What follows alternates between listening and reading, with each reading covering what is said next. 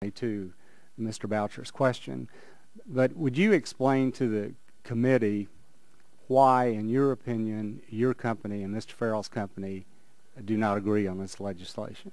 Well, the Edison Electric Institute, of which we've been involved with the discussions for several years, first of all, is an association, so it deals with all kinds of different members, some of which have 100% nuclear, some have no generation at all.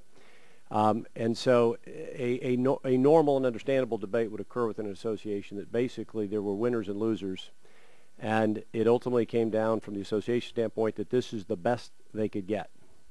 And our view is the consumer is not being represented in this debate. And I'll give you an example of, and this is our severe issue. And could you try to also specify what the difference is you think between your company and Mr. Farrell's company? Well, there really is no difference between any of the companies in that the bill will act as it is written.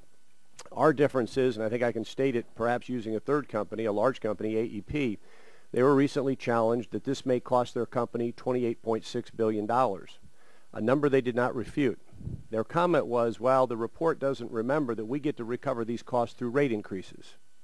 That's the problem, is that utilities, particularly investor-owned utilities, and we own several, have made the decision that they're going to cut the best deal they can and then let the payer, the customer beware.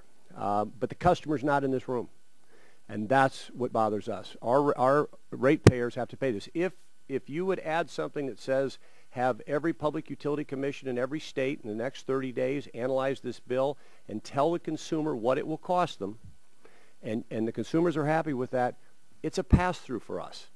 So, but I'm not going to abdicate my responsibility to those consumers because people have to pay these bills, right? And that's our difference with the Edison Electric Institute. And I think it's why EPPA and the rural electric co-ops are very concerned. They don't have shareholders; they just have consumers.